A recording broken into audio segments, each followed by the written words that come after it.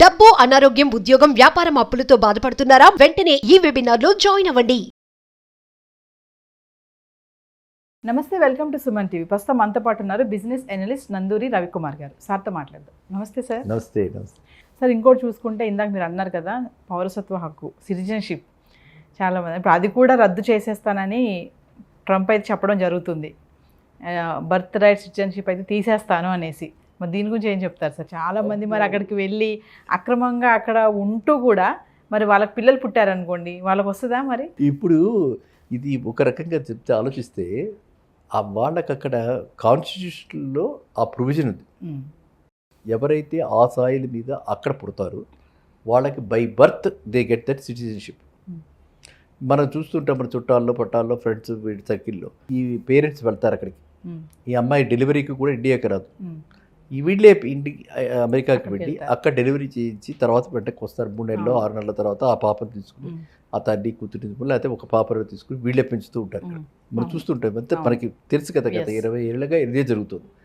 ఆ జరగటం వల్ల వీళ్ళది ఇప్పుడు ఈ జస్ట్ బై బర్త్ వాళ్ళకి సిటిజన్షిప్ అనమాట.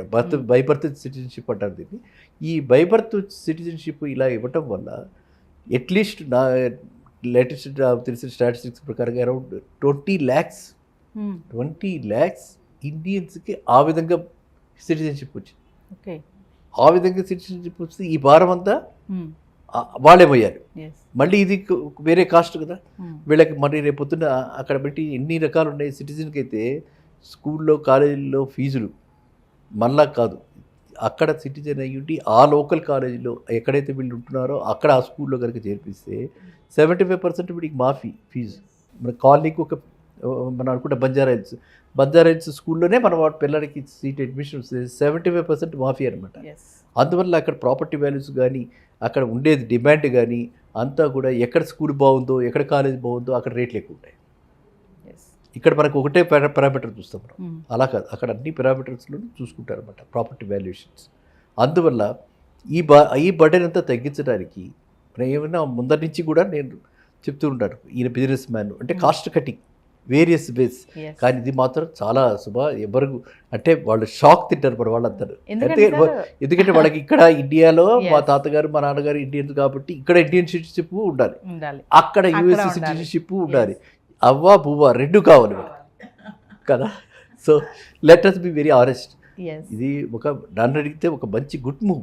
ఎవరికి వాళ్ళకి ఏంటిది, మన వాళ్ళంతా విడిపోయి అక్కడ సిటిజన్షిప్ తీసుకుని మనలందరినీ కూడా కొంతమందిని చూశాను. Arrogance levels very very high arrogance levels.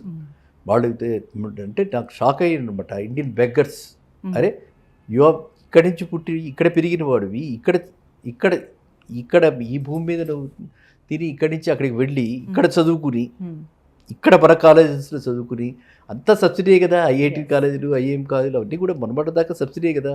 ఇప్పుడు ఏదో రేట్లు పెంచి కూర్చోదు ఇచ్చేసారు, కానీ అంత మొత్తం అంతా సబ్సిడీ. ఇక్కడ చదువుకుని ఈ యూనివర్సిటీలో చదువుకుని అక్కడికి వెళ్ళి అక్కడ వెళ్ళిన తర్వాత మన తోటి ఇండియన్ బెగ్గర్ అలా అంత ఎరగెన్స్ వచ్చేసింది మన వాళ్ళల్లో. కాబట్టి ఖచ్చితంగా ఇది నేనైతే పర్సనల్ లెవెల్లో వ్యక్తిగతంగా నేనైతే చాలా హర్షిస్తున్నాను అనమాట. ఎందుకు వాళ్ళకి బై బర్త్ సిటిజన్షిప్ ఎందుకు రావాలి? ఎందుకు సార్ ట్రంప్కి ఎందుకు ఈ చట్టం పైన ఎంత వ్యతిరేకత? బర్త్ రైట్ సిటిజన్షిప్ పైన అందుకే అంటున్నారు. బర్త్ రైట్గా వాళ్ళకి ఇచ్చేయటం కంటే వాళ్ళ అక్కడ పుట్టిన తర్వాత అక్కడ ఇచ్చేసిన తర్వాత మామూలుగా అందరికీ ఎలా అయితే స్టే ఉందో ఓ 10 ఏళ్ల తర్వాత వాళ్ళు చేస్తున్న జాబ్ని బట్టి వాళ్ళ గ్రీన్ కార్డు వచ్చిన తర్వాత వాళ్ళకి సిటిజన్షిప్ ఎలా అయితే వస్తుందో అదేవిధంగా ఈ పిల్లలకు కూడా కొన్నేళ్ల తర్వాత పేరెంట్స్కి సిటిజన్షిప్ వస్తే వీళ్ళకి కూడా సిటిజన్షిప్ ఇవ్వండి.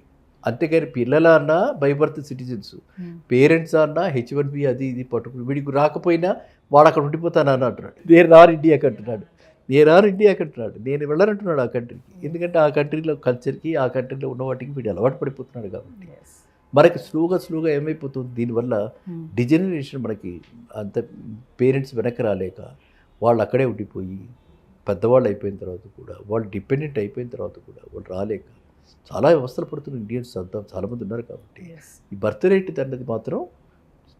సిటిజన్షిప్ అన్నది మాత్రం తీసేయడమే మంచిది.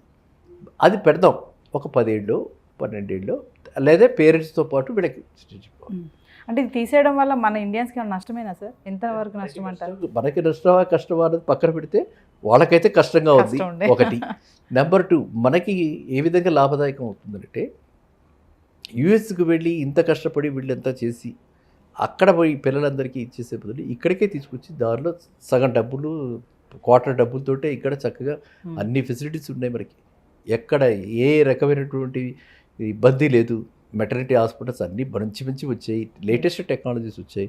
సో ఇక్కడే అవన్నీ చేసుకుంటూ మనం హ్యాపీగా మనం దీని మీద మన పిల్లాన్ని మనం పెంచుకోవచ్చు. మనము భారతీయ సంతత అంటే నేను ఐ ఫీల్ వెరీ ప్రౌడ్ అనమాట. సో అది ఆ ప్రతివాడికి కూడా ఆ యొక్క ఫీలింగ్ ఉంటుంది, ఆ కనెక్టివిటీ ఉంటుంది.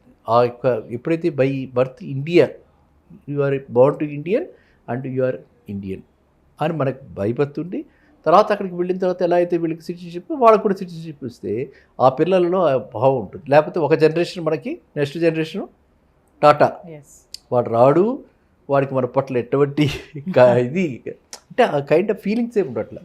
సో అందువల్ల ఏంటంటే మనకి ఇది మంచిది, మీరు అన్న పాయింట్లో మనకి కూడా అది మంచిది. మన ఇండియన్స్ మల్టిప్లై అవుతున్నారు. ఆ multiply Indians, talented Indians US సిస్టంలో చదువుకుని ఇండియాకు వచ్చి ఇక్కడ వీళ్ళు ఏమైనా చేస్తే ఇక్కడ ఇండియన్ సిస్టమ్స్ కూడా డెవలప్ చేయొచ్చు. ఎడ్యుకేషన్ సిస్టమ్ ఇక్కడ కూడా ఇంకా ఏమైనా మార్పులు తీసుకురావచ్చు. అక్కడలాగా ఇక్కడ కూడా మనకి అక్కడ ఏంటంటే రిజిడ్గా ఉండదు, మనకి ఏది కావాలంటే అది ఆప్షన్స్ తీసుకోవచ్చు. అలా స్లోగా ఇక్కడ ఇంజనీరింగ్ కాలేజ్లో స్టార్ట్ చేశారు. అదేవిధంగా డౌన్ ద లైన్ కింద కూడా 10th క్లాసు నువ్వు ఖచ్చితంగా ఈ 6 సబ్జెక్ట్స్ చదవాలని మనం ఇక్కడ ఫోర్స్ చేస్తున్నాం. సోషల్ చదవాలి, హిందీ చదవాలి, 3rd language, 2nd language, 1st language. ఇక్కడికి వచ్చాక లాంగ్వేజెస్ మాత్రమే చదవండి, ఆప్షన్స్ మీ చాయిస్ అని ఇచ్చేస్తే పిల్లలు వాళ్ళ ఇంట్రెస్ట్ ఉంటే only mathematics, only physics, science చదువుకుని మ్యాథమెటిక్స్, సైన్స్ చదువుకుంటారు, సోషల్ చేస్తారు. బాగా లేదు హిస్టారియన్, నాకు చాలా ఇంట్రెస్ట్ ఉంది జాగ్రఫీ అవి అని అంటే వాడు సోషల్ స్టడీస్కి వెళ్తాడు, జాగ్రఫీ అవి చదువుకుంటాడు, హ్యుమానిటీస్కి వెళ్తాడు. అట్లా ఆ చాయిస్, ఆ డైవర్సిఫికేషను, ఆ కైండ్ ఆఫ్ ఆప్షన్స్ ఇవ్వడానికి ఫ్రీడము అక్కడ ఎడ్యుకేషన్ సిస్టంలో ఉన్నవి ఇక్కడికి కూడా తీసుకొస్తే ఇది కూడా బాగుంటుంది. కాబట్టి ఈ విధమైన మిక్స్ రావాలి అంటే అక్కడ వాళ్ళు ఇక్కడికి రావాలి, ఇక్కడ వాళ్ళు అక్కడికి వెళ్తుంటారు. ఆ కల్చరల్ ఎక్స్చేంజ్ లాగా ఇలాంటివన్నీ కూడా బెస్ట్ ప్రాక్టీసెస్ ఎక్స్చేంజ్ చేసుకుంటే బాగుంటుంది. కాబట్టి ఈ బై బర్త్ అక్కడ ఎకానమీని దృష్టిలో పెట్టుకుని ఒకవైపు ఇమ్మిగ్రెంట్స్, ఇల్లీగల్ ఇమ్మిగ్రెంట్స్, ఇంకోవైపు బై బర్త్ సిటిజన్షిప్, ఇవి రెండు కనుక తీసేస్తే మినిమైజ్ చేస్తే ఖచ్చితంగా వాళ్ళకి ఎకానమీకి బర్డెన్ తగ్గుతుంది. కాబట్టి రివైవల్కి ఎక్కువ ఛాన్సెస్ ఉంటాయి. Thank you sir.